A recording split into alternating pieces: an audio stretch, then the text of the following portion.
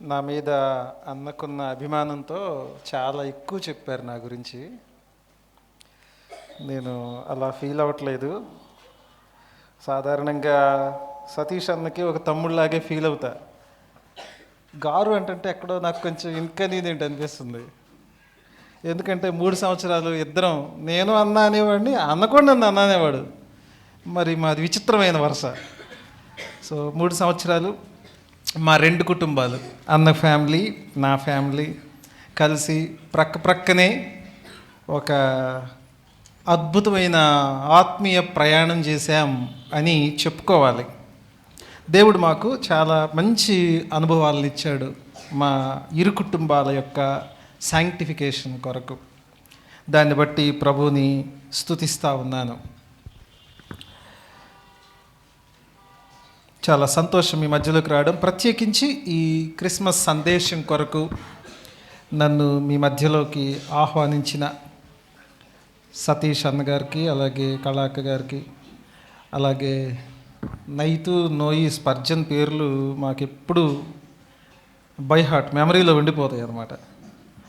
So వారితో పాటు ఈ పరిచర్యలు చేస్తున్నటువంటి పెద్దలందరికీ, సేవకులకి, అన్న తోటి సేవకులకి, ప్రత్యేకించి మీ అందరికీ కూడా కొంచెం ముందుగానే క్రిస్మస్ శుభాకాంక్షలు చెప్తున్నాను. Thank you. మీ అందరికీ కూడా చాలా సంతోషం. నేను ఎక్కువసేపు మీతో మాట్లాడను. చాలా క్లుప్తంగా నా సందేశాన్ని దేవుడు నా హృదయంలో ఉంచిన మాటలు మీ దృష్టికి తీసుకురావడానికి నేను ఇష్టపడతాను. ఒక చిన్న వచన భాగం ఉంది, అది చదువుకుందాము. తిమోతికి రాసిన మొదటి పత్రిక 1వ అధ్యాయం 15వ వచనాన్ని చదువుకుందాం. పాపులను రక్షించుటకు క్రీస్తు యేసు లోకమునకు వచ్చెను. చాలు, ఆ చిన్న భాగాన్ని మాత్రం మనం చదువుకుందాం. నేను కూడా చిన్న ప్రార్థన చేస్తాను ప్రభు సహాయం కోరుతూ.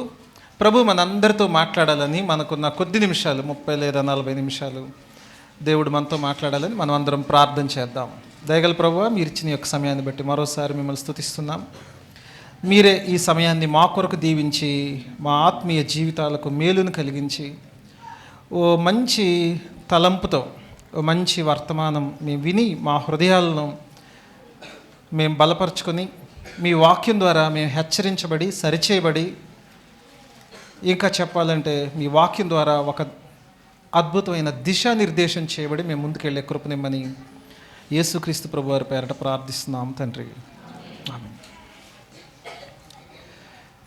ఓసారి ఒక గొప్ప శాస్త్రవేత్తని ఇంటర్వ్యూ చేస్తున్నారు. చాలామంది స్టూడెంట్స్ ఉన్నారు ఆయన చుట్టూరా. ఆయన అప్పటికే చంద్రుని మీదకి వెళ్ళి వచ్చాడు. ఆయన ఎక్కడికి వచ్చాడు? మీరెవరు అంటున్నారు చంద్రలపాడు వెళ్ళి వచ్చాడు అన్నట్టు అంటున్నారు. చంద్రలపాడు కాదు, మా ఊరు దగ్గర ఒక ఊరుంది. చంద్రుని మీదకి వెళ్ళి వచ్చాడు ఆయన. ఆయన ఇంటర్వ్యూ చేస్తూ చాలామంది మేధావులు, విద్యార్థులు, పరిశోధకులు ఉన్నారు. ఒక ప్రశ్న ఆయన అడిగారు. మానవ చరిత్రలో ప్రాముఖ్యమైన సంఘటన ఏంటి అని అడిగారు. బహుశా వాళ్ళ లోపల ఏముందంటే, చంద్రుని మీదకి వెళ్ళొచ్చాడు కాబట్టి ఈ శాస్త్రవేత్త పేరు చెప్తాను, జేమ్స్ ఇర్విన్ ఆయన పేరు. ఆయన యుఎస్ అమెరికా దేశం యొక్క ఎయిర్ ఫోర్స్ పైలట్. అంతేకాదు ల్యూనార్ మాడ్యూల్ అపోలో 15కి ఆయన పైలట్గా వ్యవహరించాడు. 4వ వ్యక్తి చంద్రుడి మీదకి వెళ్ళినటువంటి వాళ్ళలో. అక్కడ ప్రశ్న అడిగిన వాళ్ళు ఎక్స్పెక్ట్ చేస్తున్న జవాబు ఏంటంటే, మానవ చరిత్రలో ముఖ్యమైన సంగతి మానవుడు అక్షరాలు రాయడం అనో, చక్రాన్ని కనుగొనడం అనో, లేకపోతే గాలిలో ఎగరడం అనో ఏదో చెప్తాళ్లే అని అనుకున్నారు. ఎక్కువ మంది ఏమనుకున్నారంటే, మానవ చరిత్రలో అత్యంత ముఖ్యమైన సంగతి మానవుడు చంద్రుడి మీద నడవడం అని చెప్తాడు అని అనుకుంటున్నారు అక్కడున్న వాళ్ళు ఎక్కువ మంది. కానీ ఈయన ఒక సమాధానం చెప్పాడు. ఆ సమాధానం నేను మీతో చెప్తాను. ఆయన ఇలా అన్నాడు, మీరందరూ అనుకుంటున్నట్లుగా మానవుడు చంద్రుని మీద నడవటం కాదు ఈ చరిత్రలో అత్యంత ముఖ్యమైన సంగతి. దేవాది దేవుడు పరలోకాన్ని విడిచిపెట్టి ఆయన భూమి మీద నడవటం ఏదైతే ఉందో అది అత్యంత ముఖ్యమైన సంగతి అని చెప్పాడు. దేవునికి స్తోత్రం చెప్దాం అందరం ఒకసారి. అవును ప్రియమైన స్నేహితులారా, నిజమే. మానవ చరిత్ర అంతట్లో మానవుడు అనుకుంటున్నాడు నేను అది సాధించా, ఇది సాధించా, నేను అది చేశాను, ఇది చేశాను అనుకుంటున్నారు. కానీ అసలైన సంగతిని మానవుడు మర్చిపోతున్నాడు. క్రిస్మస్ సందర్భంగా నేను ఓ 4 ముఖ్యమైన సంగతులు చెప్పి ఈ వచ్చిన భాగం నుంచి నేను ముగిస్తాను. దేవుడు పరలోకాన్ని విడిచిపెట్టి రావడానికి, ఈ సృష్టిలోకి రావడానికి భూమిని ఎందుకు ఎంచుకున్నాడు ఆయన? మీరు ఎప్పుడన్నా ఆలోచించారా ఇలాగా? భూగోళం మీదకే, ఈ భూమి మీదకే ఎందుకు రావాల్సి వచ్చింది? మరో గ్రహం మీదకి ఆయన ఎందుకు వెళ్ళలేదు?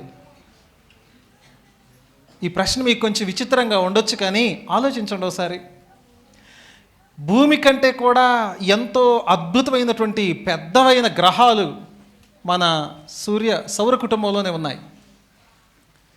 భూమి లాంటి గ్రహాలు కొన్ని మిలియన్ల కొద్దీ ఉన్నాయి విశ్వం అంతట్లో కూడా. మనకు తెలిసింది చాలా తక్కువ, తెలియంది ఎంతో ఉంది విశ్వంలో మనం చూడాలంటే. కానీ దేవుడు ఈ భూమి మీదకే ఎందుకు వచ్చాడు? భూమి మీదనే వెరీ గుడ్, భూమి మీదనే మనుష్యులు ఉన్నారు కాబట్టి. ఇంకెక్కడా లేరు అని చెప్పలేము, మనకు తెలియదు ఆ సంగతి.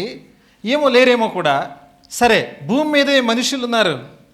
అయితే ఇంకో మాట, ఇప్పుడు భూమి మీదకి వచ్చినటువంటి దేవుడు మరి ఏ జీవరాశి యొక్క రూపాన్ని ఆయన తీసుకోలేదు ఎందుకు? ఎప్పుడైనా ఆలోచించారా? ఏ జంతువు రూపాన్నో, ఏ సూక్ష్మ జీవి రూపాన్నో, ఓ పక్షి రూపాన్నో, జలచరం రూపాన్నో ఎందుకు తీసుకోలేదు దేవుడు?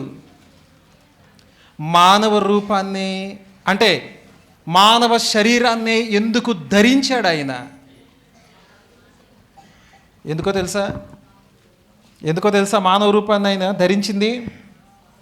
దేవుడు ఈ లోకానికి, ఈ భూమి మీదకి ఆయన వచ్చి ఈ భూమి మీద మనలాంటి రక్తమాంసములు కలిగిన శరీరాన్ని ఆయన ధరించడం అనేది ఏం చెప్తున్నాడో తెలుసా? మనము చాలా ప్రాముఖ్యమైన వాళ్ళం అని చెప్తున్నాడు దేవుడు మనకి.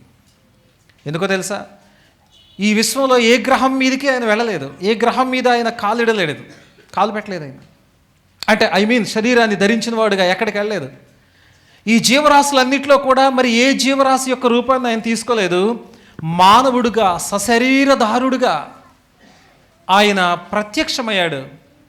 కారణం ఏంటంటే ఆయనకు నీవు చాలా ఇంపార్టెంట్, నువ్వు చాలా ప్రాముఖ్యమైనటువంటి వ్యక్తివి అనే సంగతి ఆయన తెలియపరుస్తున్నాడు. కొన్ని సంగతులు నేను మీతో చెప్పాలి. చాలామందికి చాలా ప్రాముఖ్యంగా ఆసక్తి కలిగించే విషయాలు ఉంటాయి, ఇంట్రెస్టింగ్ థింగ్స్ ఉంటాయి. కొంతమందికి డ్రైవింగ్ ఇష్టం కదా, డ్రైవ్ చేయడం చాలా ఇష్టం, ఎంత దూరమైనా హ్యాపీగా డ్రైవ్ చేసుకుంటూ వెళ్తారు. కొంతమందికి డ్రింకింగ్ ఇష్టం. నాకు ఒక ఫ్రెండ్ ఉండేవాడు, త్రాగుబోతు ఫ్రెండ్. నేను తాగేవాడిని కాదు, కానీ నన్ను అభిమానించేవాడు, ఎప్పుడు నాతో మాట్లాడేవాడు. ఎందుకన్నా మీరు అలా తాగుతున్నారంటే నాతో అనేవాడు, త్రాగడం నేను ఎంజాయ్ చేస్తానన్నా అంటాడు. కొంతమందికి త్రాగడం ఎంజాయ్ చేస్తారు, కొంతమందికి తినడం ఎంజాయ్మెంట్, కొంతమందికి టూర్స్ ట్రావెల్స్ ఇంట్రెస్ట్, కొంతమందికి. మీరు ఎప్పుడన్నా ఆలోచించారా దేవునికి ఏది ఇంట్రెస్ట్, ఏది ఆయనకు ఆసక్తి కలిగించే సంగతి? ఆది కాండం నుంచి ప్రకటన గ్రంథం వరకు మీరు కనుక చూస్తే ఓ సంగతి అర్థం అవుద్ది. ఏదేను తోటలోనే మనకు ఓ సంగతి తెలుస్తుందో, సత్యం మనకు బోధపడుతుంది. దేవుడు మానవునితో సహవాసం చేయడానికి ఇష్టపడతాడు ఆయన. అనేక జీవరాశులు ఉన్నాయి ఈ సృష్టిలో. ఈ విశ్వం చాలా గొప్పది, మనం ఊహించనంత పెద్దది. పూర్తిగా తెలుసుకోవడానికి మన మేధస్సు సరిపోదు.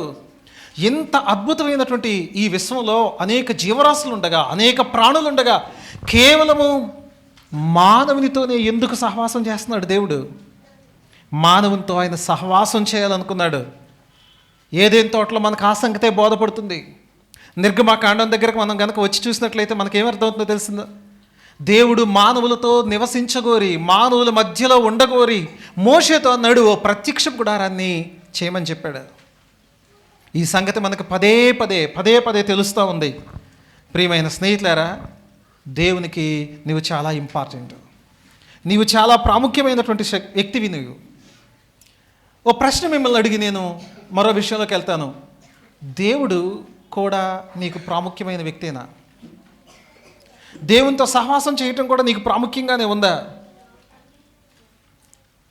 రెండో సంగతి నేను మీతో చెప్తాను. దేవునికి నువ్వు ప్రాముఖ్యమైనటువంటి వ్యక్తివి అనే సంగతి మనకు అర్థమవుతుంది. అందుకే ఆయన మనలాంటి రక్తమాంసాలు కలిగిన శరీరాన్ని ఆయన ధరించాడు.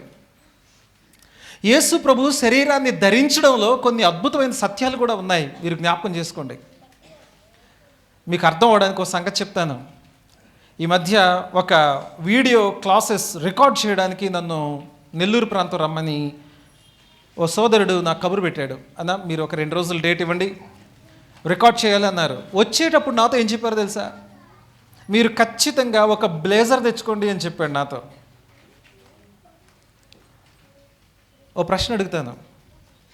నేను ఇప్పుడు నా షర్ట్ మీద ఒక సూట్ బ్లేజర్ నేను వేసుకుంటే నాలో ఏమన్నా మార్పు వస్తుందా? అది వేసుకోకముందు నేను ఎలాంటి తిమోతినో, అది వేసుకున్న తర్వాత కూడా నేను అలాంటి వాడినే. యేసు ప్రభు శరీర ధారణ ఏంటంటే సంపూర్ణ దేవుడు, సంపూర్ణంగా దేవుడై ఉన్నటువంటి ఆయన మనలాంటి రక్తమాంసాలు ధరించినటువంటి వాడయ్యాడు. శరీరాన్ని ధరించాడు ఆయన. అది ఆయన శరీర ధారణ, ఇన్కార్నేషన్ అని అన్నారు.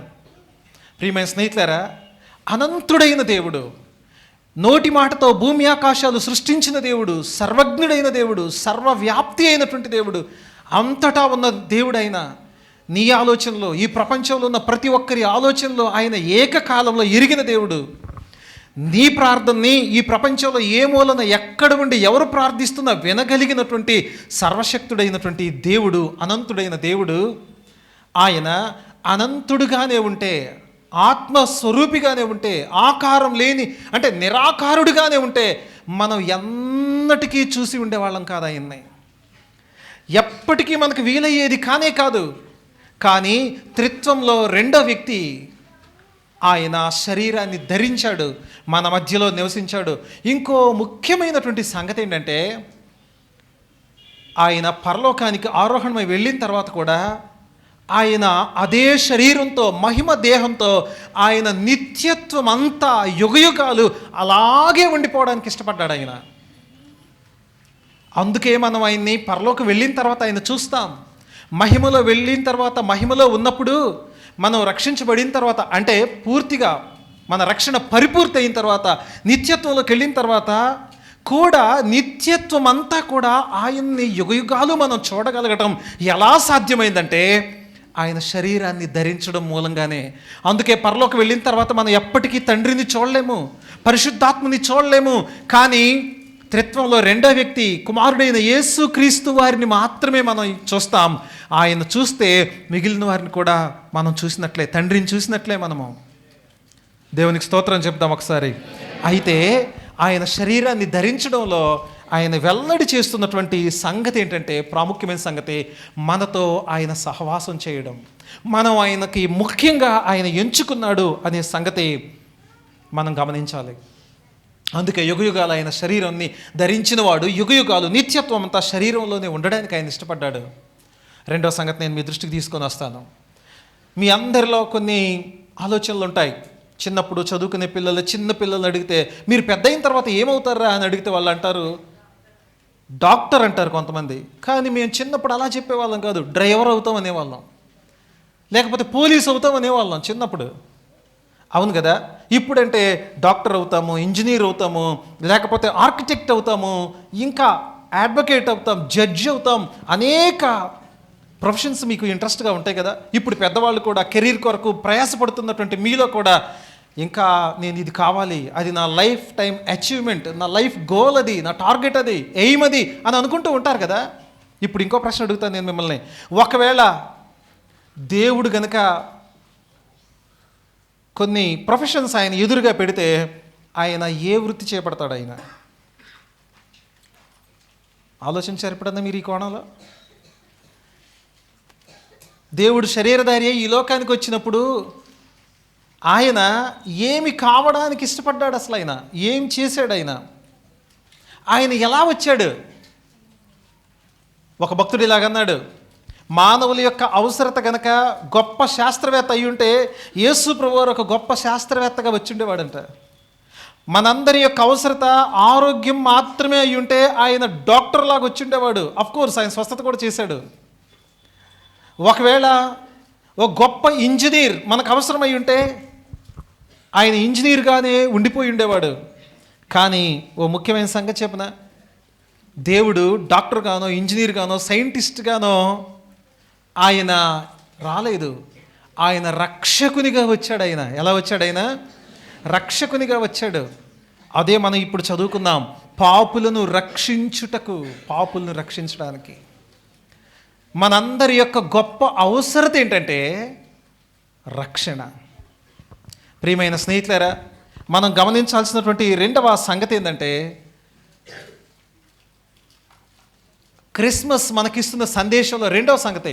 మొదటిది, క్రిస్మస్ మనకేం చెప్తుందంటే, యేసు ప్రభు యొక్క శరీరధారణ మనకేం చెప్తుందంటే, నీవు ఆయనకు ముఖ్యమైనటువంటి వ్యక్తివి. రెండవ సంగతి, నీ రక్షణ ముఖ్యమైనటువంటి సంగతి. యేసు ప్రభు రక్షించడానికి వచ్చాడు. ఇక్కడున్న మీ అందరిని ఒక ప్రశ్న అడుగుతున్నాను. మీలో చాలామంది మందిరం అంటే చాలా ఇంట్రెస్ట్ ఉంటుంది, పరిచర్య అంటే చాలా ఇంట్రెస్ట్, దేవుని పనిలో పాలు పొందడం మీకు చాలా ఇంట్రెస్ట్ ఉంటుంది, ఆసక్తి ఉంటుంది. ఇవన్నీ మంచిదే. అంతేకాదు, మీరు వేరువేరు ప్రొఫెషన్స్, వృత్తులు లేదా వేరువేరు వ్యాపారాలను మీరు ఆసక్తిగా చేస్తున్నారు మీరు. అయితే ఒక ముఖ్యమైన ప్రశ్న నేను మిమ్మల్ని ఈ సమయంలో అడుగుతాను. మీరు రక్షించబడ్డారా? మీలో చాలామంది రక్షణ పొంది ఉండొచ్చు, కానీ కొందరు ఇలా అనుకుంటూ ఉండొచ్చు, రక్షణ పొందుదాంలే, చూద్దాంలే, మారు మనసు పొందుదాంలే, ఇంకా కొంత టైం ఉంది, న్యూ ఇయర్ నుంచి పొందుదాము అని పోయిన సంవత్సరం అనుకున్నారు. లేకపోతే మారు మనసు పొందుదాం, ప్రభుకి మా హృదయాలు ఇద్దాం అని 2024 చివరిలో అనుకున్నారు. మళ్ళీ దాన్ని అటకెక్కించేశారు. సంవత్సరాలు గడిచిపోతున్నాయి, రోజులు గడిచిపోతున్నాయి. ఇంకా ఇంకా ఇంకా మీ రక్షణని వాయిదా వేసుకుంటూ వస్తున్నారేమో ఒకవేళ. ప్రియమైన స్నేహితులారా, క్రిస్మస్లో ముఖ్యమైనటువంటి సంగతి ఏంటో తెలుసా? దేవుడి లోకానికి మన కొరకు ఆయన శరీరాన్ని ధరించి ఈ లోకానికి రావడంలో అత్యంత ముఖ్యమైనటువంటి సంగతి రక్షణ పొందడమే. ఈ లోకంలో సమస్త సృష్టి ఆయన నోటి మాటతో కలిగింది. సకల జీవరాశులు ఆయన కలుగుగాక అనగానే వచ్చేసాయి. ఆయన మాట చెప్పగానే సముద్రాల్లో ఉన్న జలచరాలన్నీ కూడా జీవులతో నిండిపోయాయి. సముద్రం అంతా జలచరాలతో నిండిపోయింది. ఆకాశ పక్షులు అలా వచ్చేసాయి. కానీ మనల్ని సృష్టించిన దేవుడు, చేతి పనిగా మనల్ని చేసిన దేవుడు, మన రక్షణ విషయంలో మాత్రం ఆయన ఏదో చెప్తే అయిపోలేదు. కలుగుగాక అనగానే మన రక్షణ కలగలేదు. దాని కొరకు దేవుడు శరీరాన్ని ధరించి లోకానికి వచ్చి ఆయన శిలువలో మరణించాల్సి వచ్చింది. మనందరి కొరకు ఆయన గాయాలు పొందాల్సి వచ్చింది, రక్తాన్ని కార్చాల్సి వచ్చింది. మీలో చాలామంది అనుకుంటున్నారేమో, శిలువ మరణం మనం పదే పదే వింటున్నాం కదా, ప్రతి ఆదివారం వింటున్నాం కదా, ఈస్టర్లో చెప్పుకుంటాం కదా, సువార్తలో ఇది మనం మాట్లాడుకుంటూనే ఉన్నాం కదా అని అనుకుంటామేమో. దేవుడు శిలువ మీద ఉన్నప్పుడు ఆయన కేవలం 5 గాయాలు పొందాడు, తల్లో ముళ్ళ కిరీటమే కదా, 6 గంటలే కదా శిలువ మీద ఉంది అని అనుకుంటారేమో. కేవలం భౌతిక సంబంధమైన బాధే కాదు. ఓ అద్భుతమైన సంగతి నేను మీతో చెప్తాను, వినండి జాగ్రత్తగా. దేవుని న్యాయం ఎంత ఖచ్చితమైందంటే, నీ పాపాన్ని బట్టి నీవు నరకంలో యుగ యుగాలు ఉంటే ఎంత బాధ నువ్వు పడతావో, ఎంత దుఃఖము, ఎంత ఘోరమైనటువంటి వేదనను అనుభవించాలో, ఆ అనంతమైనటువంటి నీ యాతన, నీ బాధ, నీ దుఃఖము యేసు క్రీస్తు ప్రభువారు శిలువ మీద 3 గంటల సమయంలో దాన్ని అంతటినీ ఆయన భరించాడు. ఆయన అందుకే ఆ సమయాన్ని ఆయన తట్టుకోలేకపోయాడు.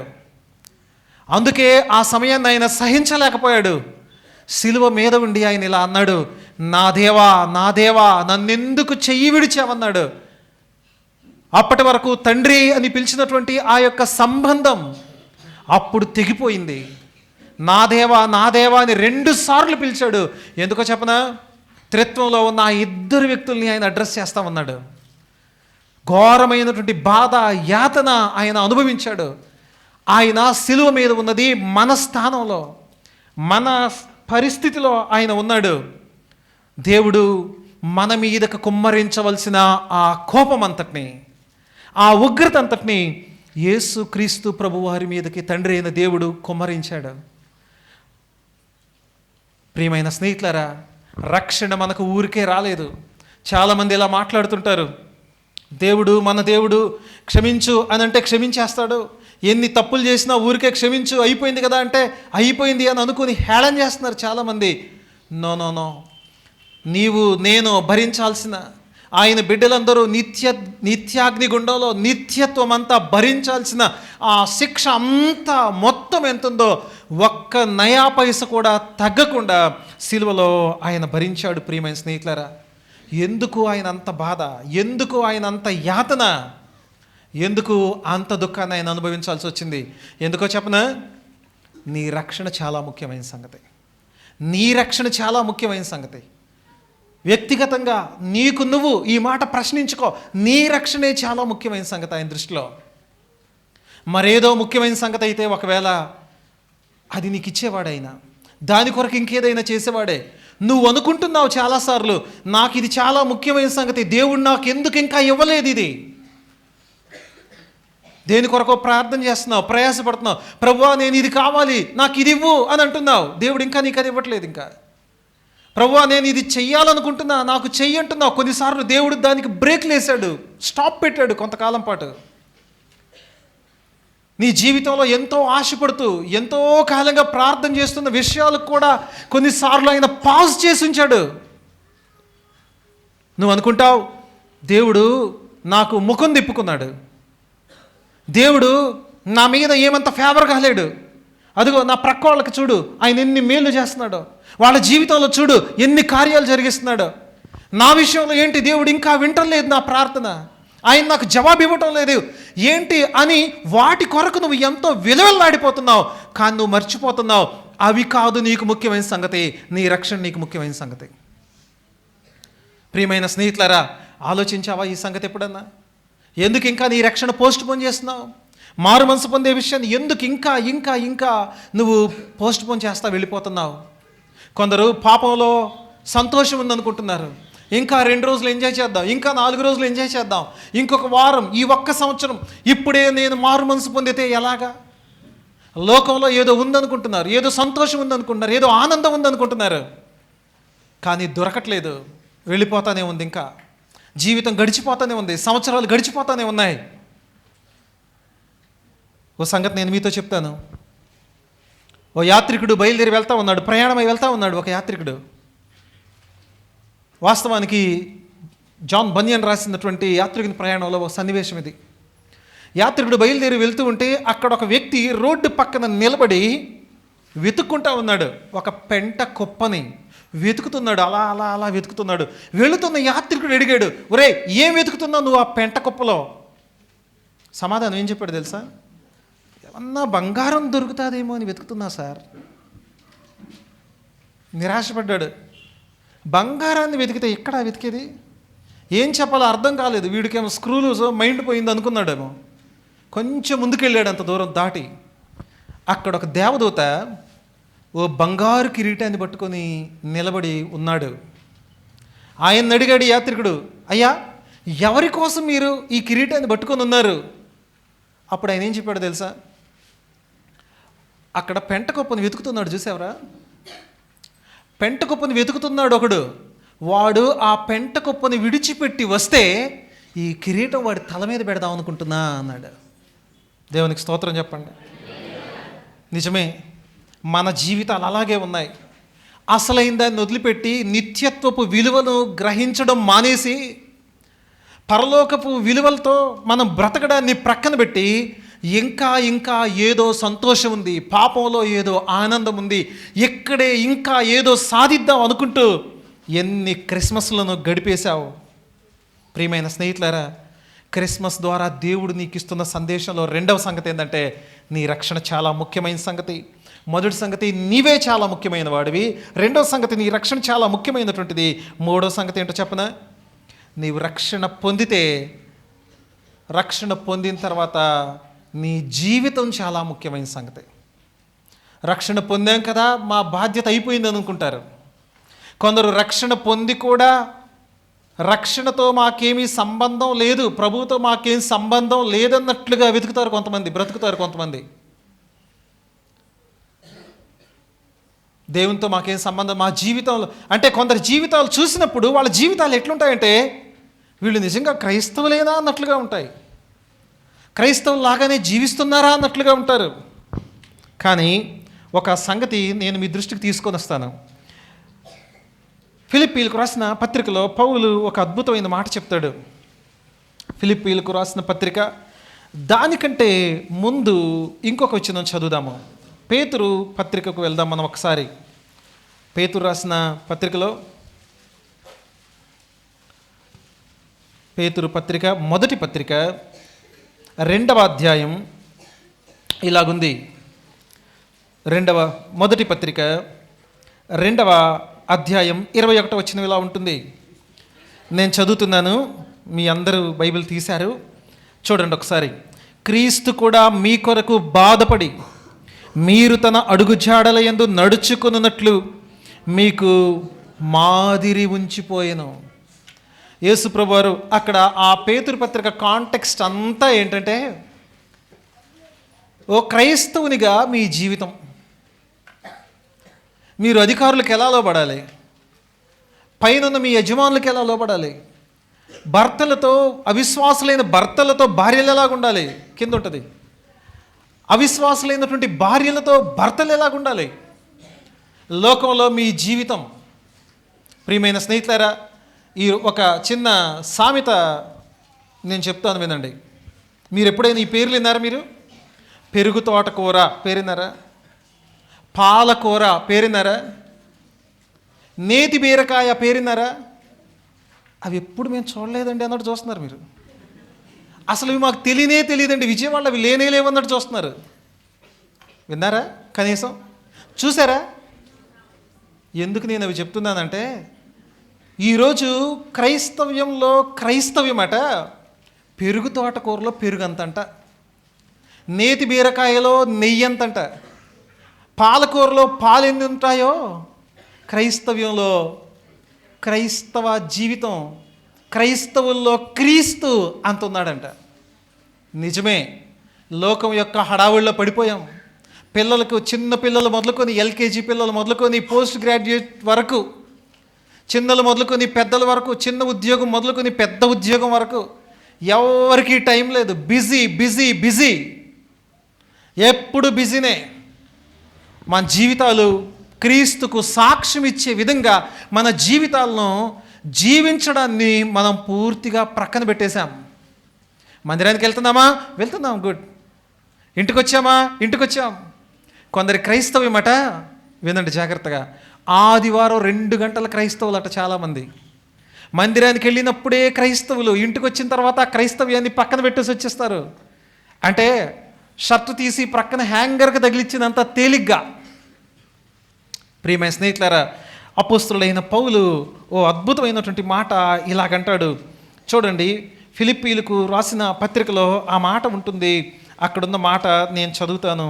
3వ అధ్యాయంలో ఈ మాట కనిపిస్తూ ఉంటుంది. ఫిలిప్పీలకు రాసిన పత్రిక 3వ అధ్యాయం ఇలాగుంది. క్రీస్తును సంపాదించుకొని 9వ వచనం, క్రీస్తుని సంపాదించుకొని 8వ వచనం మీరు చూస్తే ఇలా ఉంటుంది. నిశ్చయముగా నా ప్రభువైన యేసు క్రీస్తును గూర్చిన అతి శ్రేష్టమైన జ్ఞానం నిమిత్తం సమస్తాన్ని నష్టంగా ఎంచుకుంటున్నాను. దేవుని యొక్క వాక్యం కొరకు, దేవుని జ్ఞానం కొరకు నేను అన్నీ నష్టంగా ఎంచుకుంటాను. ఇంకా అంటాడు 9వ వచనం, క్రీస్తుని సంపాదించుకుంటే నాకు చాలు అని అంటాడు. 10-11 వచనాలు చూడండి ఒకసారి. బైబిల్ ఉన్న వాళ్ళు అందరూ కూడా కలిసి ఉంటాయి. ఏ విధము చేతనైనా మృతుల్లో నుండి నాకు పునరుద్ధానం కలగాలని, ఆయన మరణ విషయాల్లో సమాన అనుభవం గలవాడనై, ఆయనను ఆయన పునరుద్ధాన బలాన్ని ఎరుగు నిమిత్తం, ఆయన శ్రమల్లో పాలివాడనగుట ఎట్టిదో ఎరుగు నిమిత్తం సమస్తమును నష్టపరుచుకొని వాటిని పెంటతో సమానముగా నేను ఎంచుకుంటున్నాను అని మాట్లాడతాడు. ఆ రోజుల్లో పౌలు దినాల్లో చాలా పెద్ద చదువరు ఆయన. ఆ మాటకు వస్తే ఈ లోకంలో ఆయనకు ఆధిక్యతలు, ఎన్ని ఆధిక్యతలు ఉండాలో అన్ని రకాల ఆధిక్యతలు ఉన్నాయి. కులం పరంగా, గోత్రం పరంగా, వృత్తిపరంగా, ఆసక్తిపరంగా, పలుకుబడి, హోదా, చదువు, జ్ఞానము, అన్ని విషయాల్లో, అన్నిట్లో. ఆ పై వచనాలు మీరు తర్వాత ఇంటికి వెళ్ళిన తర్వాత చదవండి ఒకసారి. నేను అతిశయించడానికి ఎన్ని కావాలంటే అన్ని ఉన్నాయంటాడు ఆయన. కానీ వాటన్నిటిని అంటాడు, అన్నీ నష్టపరుచుకున్నా, ఇవన్నీ పెంటతో సమానంగా ఎంచుకున్నా. ఎందుకో చెప్పనా? రెండు ముఖ్యమైన విషయాలు చెప్తాడు. యేసుక్రీస్తుని గురించిన అతి శ్రేష్టమైన జ్ఞానం నాకు కావాలంటాడు. క్రీస్తుని సంపాదించుకోవాలంటాడు. ఇంకో సంగతి చెప్పనా? ధర్మశాస్త్రం నాకు ఇచ్చే నీతిని కాక యేసుక్రీస్తు యొక్క విశ్వాస్యత వల్లనైనా నీతి నాకు కావాలి అని మాట్లాడతాడు. ఒక గుడ్డివాడు 500 రూపాయల కాగితాన్ని పట్టుకొని తడిమేసేసి ఇది చెత్త కాగితం అనుకొని పారేశాడు ఒకడు. ఓ చిన్నపిల్లోడికి 500 రూపాయల కాగితం దొరికింది. వాడు కూడా, వాడి కళ్ళు ఉన్నాయి కానీ వాడు కూడా చింపి పాడేశాడు. చాలామంది క్రైస్తవులు విలువల విషయాల్లో అలాగే ఉన్నారు. నిత్యత్వపు విలువలని, దేవుని యొక్క వాక్యపు విలువల్ని, దేవుని గురించిన జ్ఞానం యొక్క విలువల్ని, క్రీస్తు కొరకు బ్రతకడము, క్రీస్తులాగా జీవించడము, క్రీస్తుని పోలి నడుచుకోవడం యొక్క విలువని అలాగే తడిమి పడేస్తున్నటువంటి వారుగా ఎంచారు. అది ఎంత మాత్రం ప్రాముఖ్యమైనదిగా ఎంచట్లేదు. కొందరు ఇలా అంటుంటారు, యేసుప్రభు అంటే ఆయన దేవుడు కాబట్టి అని అంటారు. కాదు, ఆయన మనలాంటి రక్తమాంసాలు ధరించాడు ఆయన. ఇంకో ముఖ్యమైన సంగతి చెప్పండి. యేసుక్రీస్తు ప్రభు యొక్క శరీర ధారణలో ఈ క్రిస్మస్ సన్నివేశాలు మనం జ్ఞాపకం చేసుకోవాల్సిన సంగతి ఏంటంటే, అదే ఫిలిప్పీలకు రాసినటువంటి అదే పత్రికలో ఒక్క పేజీ మీరు ఇలా టర్న్ చేయండి. 2వ వచనాన్ని కనుక మీరు చూస్తే ఈ మాట కనిపిస్తూ ఉంటుంది. 7వ వచనం చూడండి ఒకసారి. మనుష్యుల పోలికగా పుట్టి దాసుని స్వరూపాన్ని ధరించుకొని తన్ను తానే రిక్తునిగా చేసుకున్నాడంట. రిక్తునిగా చేసుకోవడం అంటే చెప్పనా నేను మీకు? ఈ సత్యం మీకు చాలా ముఖ్యంగా కావాలి, అర్థం అవ్వాలి. స్వచ్ఛందంగా ఆయన దైవిక ఆధిక్యతలను ప్రక్కన పెట్టడం అండి. అంటే యేసుప్రభు వారు రాళ్ళు రొట్టెలుగా చేసుకొని తినలేడా? ఆకలైతే తినలేడా? తినగలడు. ఇంకో మాట చెప్పనా? ఆయన ఇంట్లో అవసరాలు ఉంటాయి. ఎందుకంటే చరిత్రకారులు ఇలా చెప్తారు, ఆయన చిన్న వయసులో ఉండగానే యోసేపు మరణించాడని అంటారు చాలామంది చరిత్రకారులు. కాబట్టి కుటుంబ బాధ్యతలు ఆయన మీదే ఉన్నాయి. ఇప్పుడు భూమి ఆకాశాలు నోటి మాటతో సృష్టించిన వాడు, ఈ విశ్వంలో ఉన్న సకల మణిమాణిక్యాలన్నిటికీ, వెండి బంగారాలన్నిటికీ ఆయనే నిర్మాత, సృష్టికర్త. ఆయన కుటుంబాన్ని పోషించడానికి పని చేయాల్సిన అవసరం ఉందా చెప్పండి? నిజంగా చెప్పాలంటే నోటి మాటతో రావా అవన్నీ? కానీ ఆయన అలా చేయలేదు. ఆయన దైవిక ఆధిక్యతల్ని ఆయన కొరకు వాడుకోలేదు. అందుకే ఆయన ఆకలిగుని అంజూరపు చెట్టు దగ్గరకు చూశాడు. ఆయన కుటుంబాన్ని పోషించాల్సి వచ్చినప్పుడు ఆయన కష్టపడి పనిచేశాడు. కానీ ఆయన దైవిక ఆధిక్యతల విషయంలో ప్రజలకు అవసరమైనప్పుడు 5,000 మందికి ఆహారం పెట్టలేదా? చనిపోయిన వాళ్ళని బ్రతికించలేదా? నీటిని ద్రాక్షారసంగా చేయలేదా? సముద్రాన్ని గద్దించలేదా? అంటే రిక్తత అంటే ఏంటంటే, చాలామంది యేసుప్రభు అలసిపోయాడు కదా, నిద్రపోయాడు కదా, ఆయన దైవిక ఆధిక్యతలు ఎక్కడికి వెళ్ళాయి అంటారు. ఆయన స్వచ్ఛందంగా వాటిని ప్రక్కన పెట్టాడు. రిక్తత అంటే దాని అర్థం అది. అంటే ఇదిగోండి, నా చేతిలో ఒక చిన్న ట్యాబ్ ఉంది, దీన్ని, లేదా సెల్ ఫోన్ ఉంది నా చేతిలో, ప్రసంగం చేస్తున్నాను కాబట్టి దీన్ని నేను ప్రక్కన పెట్టాను, వాడలేదు. అవసరమైతే వాడగలనా లేదా? నాకుందా లేదా? యేసుప్రభు వారు ఈ లోకంలో జీవిస్తున్నప్పుడు ఆయన మనకు మాదిరిగా ఉండటం కొరకు, మన కష్టమేంటో, మన నష్టమేంటో, మన శ్రమ ఏంటో, మన దుఃఖం ఏంటో, మన పేదరికం ఏంటో, మన శోధన ఏంటో, ఇవన్నీ ఆయన లిటరల్గా ఆయన అనుభవించాడు, ఎదుర్కొన్నాడు, వాటిని జయించాడు, వాటి గుండా వెళ్ళాడు. ఎవరు కూడా ప్రభువా నీకేం తెలుసు నా బాధ, నా కష్టం అని అనడానికి వీల్లేదు.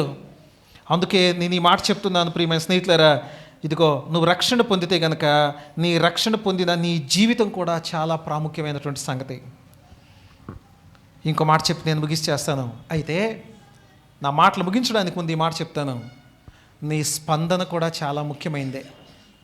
యేసు ప్రభు ఈ లోకానికి రావడం అనే ఈ క్రిస్మస్ నుంచి నువ్వు ప్రశ్నించుకోవాల్సిన లేదా నువ్వు తెలుసుకోవాల్సినటువంటి 4వ సంగతి ఏంటంటే నీ స్పందన కూడా, నీ రెస్పాన్స్ కూడా.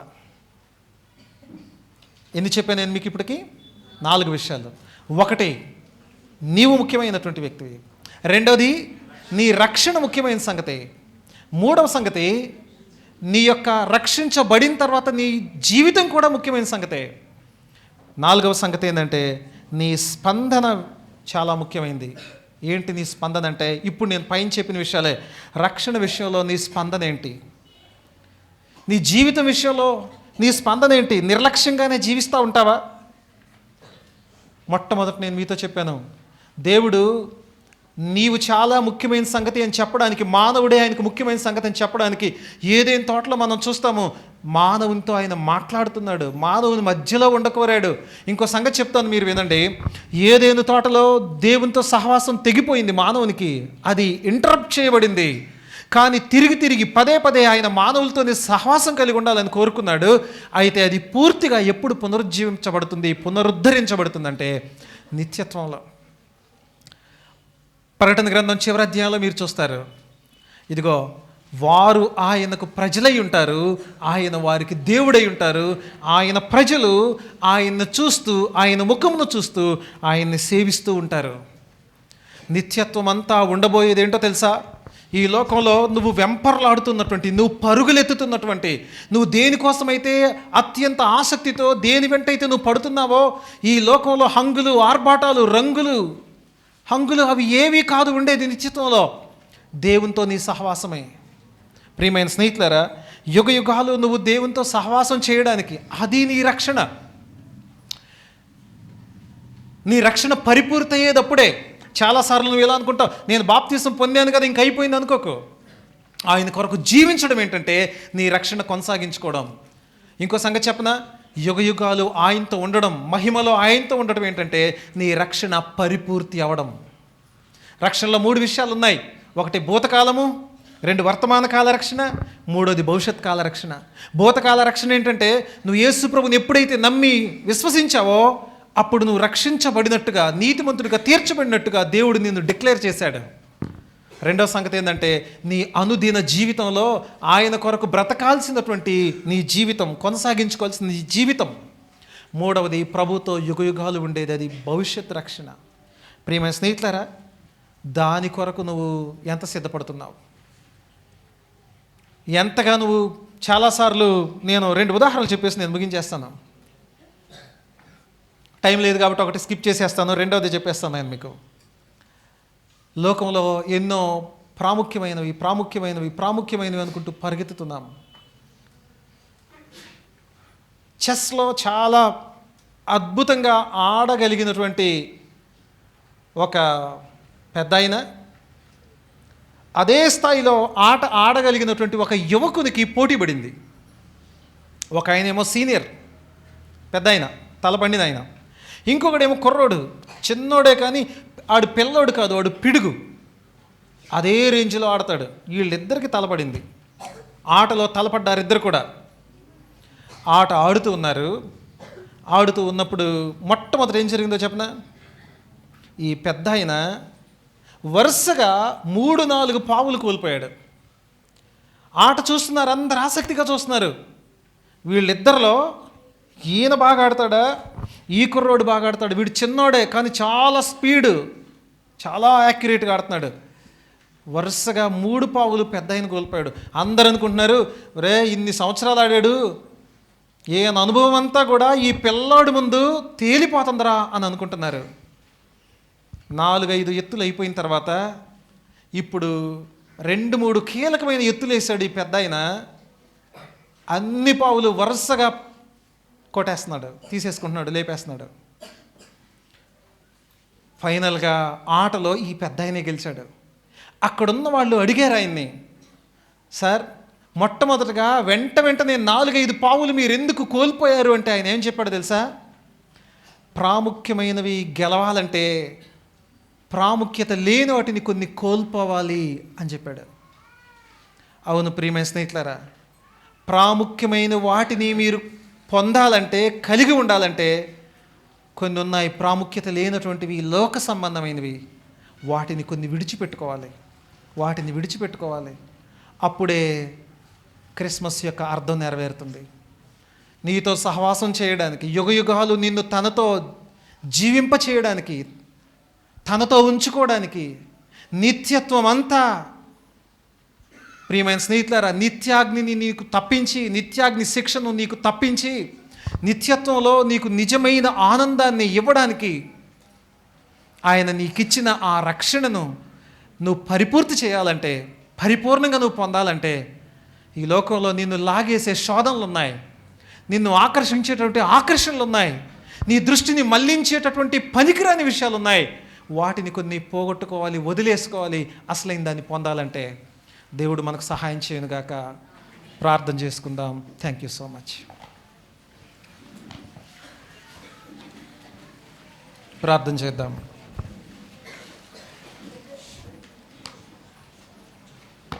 మౌనంగా దేవుని వాక్యాన్ని విన్న మీరు ఉన్నపాటును మీరు తల్ల వంచండి. మీకు అవకాశం ఉంటే మోకరించవచ్చు, లేకపోతే పర్వాలేదు. కానీ ఎవరు మాట్లాడకూడదు. ప్రార్థన అన్న తర్వాత ఎవ్వరూ మాట్లాడకూడదు. చిన్న పిల్లలు కూడా మాట్లాడకూడదు. సైలెంట్గా ప్రార్థన అనగానే మోకరించాలి. అందరు పిల్లలు తప్పకుండా మోకరించండి. మౌనంగా. అవును, ఈ క్రిస్మస్ దినాన ప్రభు మిమ్మల్ని 3 ప్రశ్నలు అడుగుతున్నాడు. యేసు ప్రభు ఈ లోకానికి రావడం ఎందుకంటే నీవు చాలా ముఖ్యమైన వాడు కాబట్టి. అంతేకాదు, నీ రక్షణ చాలా ముఖ్యమైనది. అంతేకాదు, రక్షణ తర్వాత మీ జీవితం కూడా చాలా ముఖ్యమైనదని క్రిస్మస్ మనకు బోధిస్తుంది. ఇప్పుడు నీ స్పందన ఎట్లుంది? నీకు దేవుడు ముఖ్యమైన వాడుగానే ఉన్నాడా? ఆయన ఇచ్చిన రక్షణ నీకు ముఖ్యంగానే ఉందా? రక్షించబడిన తర్వాత జీవితం కూడా నీకు ముఖ్యంగానే ఉందా? రక్షణ పొందిన జీవితం కూడా, ఆత్మీయ జీవితం కూడా. అది లేకపోతే నీ క్రిస్మస్ క్రీస్తు లేని క్రిస్మస్ అవుతుంది. అది లేకపోతే నీ జీవితం క్రీస్తు లేని ప్రయాణం అవుతుంది. దారం తెగిన గాలిపటంలాగా, చొక్కాని లేని నావలాగా, సముద్రంలో ఎటు గాలి వస్తే అటు కొట్టుకుపోయే జీవితంలాగా నీ జీవితం అవుతుంది. నీ చేతిని ప్రభువుకు అప్పగించి నీ తీర్మానాలను ఒక్కసారి, నీ ప్రాధాన్యతలను ఒక్కసారి సరిచేసుకొని ప్రభు దగ్గర పశ్చాత్తాపడి వదిలివేయాల్సిన దాన్ని, కోల్పోవాల్సిన దాన్ని కొన్నిటిని కోల్పోయి ముఖ్యమైన వాటిపైన నీవు దృష్టించు. ప్రియమైన స్నేహితులారా, ప్రభుకు ఒక మాట ఇవ్వండి. నూతన సంవత్సరం కూడా దగ్గరకు వస్తుంది. ఎంతవరకు మీరు జీవించిన జీవితకాలం ఇంకా చాలు. లోకంలో ఇష్టానుసారంగా వెళ్ళిన పోకడంతా చాలు. మీకు అవకాశం ఉంటేనే పర్లేదు, లేకపోతే లేదన్నట్లుగా, గురి గమ్యం దిశ నిర్దేశం లేనట్లుగా పరిగెత్తడం ఇంకా చాలు. ప్రభు కొరకు జీవిద్దాం.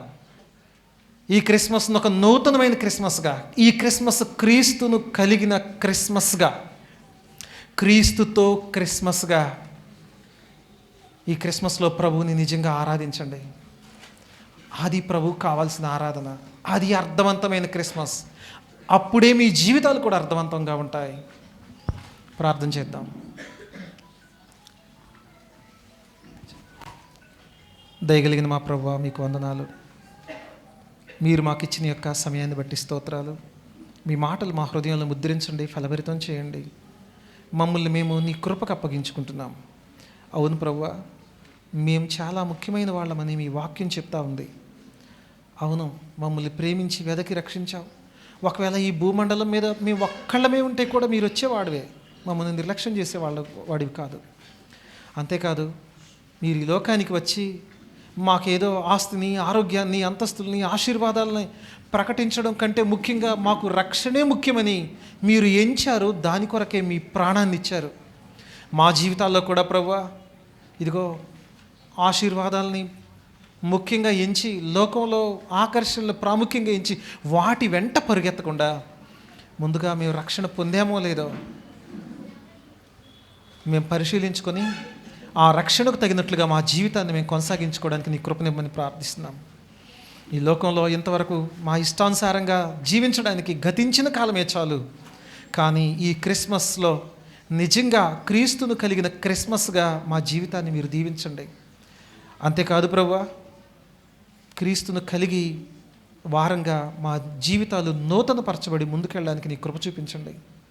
నూతన సంవత్సరాన్ని సమీపిస్తున్న మేము ఓ వినూత్నమైనటువంటి రీతిలో మా ప్రాధాన్యతలను సరిచేయబడినటువంటి వారిగా, మా గురి సరిగా నిర్దేశించబడిందిగా మేము ముందుకెళ్ళే కృపనిమ్మని ప్రార్థిస్తూ, ఘనత మహిమ ప్రభావాలు మీరే పొందమని వేడుకుంటూ, ప్రత్యేకించి ఈ కర్మెల్ సంఘాన్ని మీరు దీవించమని, ఇక్కడ పరిచర్య చేస్తున్న మా ప్రియులు మీ దాసులు సతీష్ అన్న గారిని, వారి కుటుంబాన్ని, వారితో ఉన్న పెద్దలు సేవకుల్ని జ్ఞాపకం చేసుకోమని, ఇక్కడ కూడి వచ్చిన బ్రాంచ్ సంఘాలన్నింటినీ మీరు జ్ఞాపకం చేసుకొని దినదినము సంఘము పరిచర్య విస్తరించడానికి, నీ కృపలో వర్ధిల్లడానికి మీ మెండైన ఆశీర్వాదాలు ఇమ్మని ప్రార్థిస్తూ, నీ కృపకు అప్పగించుకుంటూ మా రక్షకుడు ప్రభువైన యేసు క్రీస్తు వారి పేరట ప్రార్థించి వేడుకుంటున్నాము తండ్రి. ఆమేన్.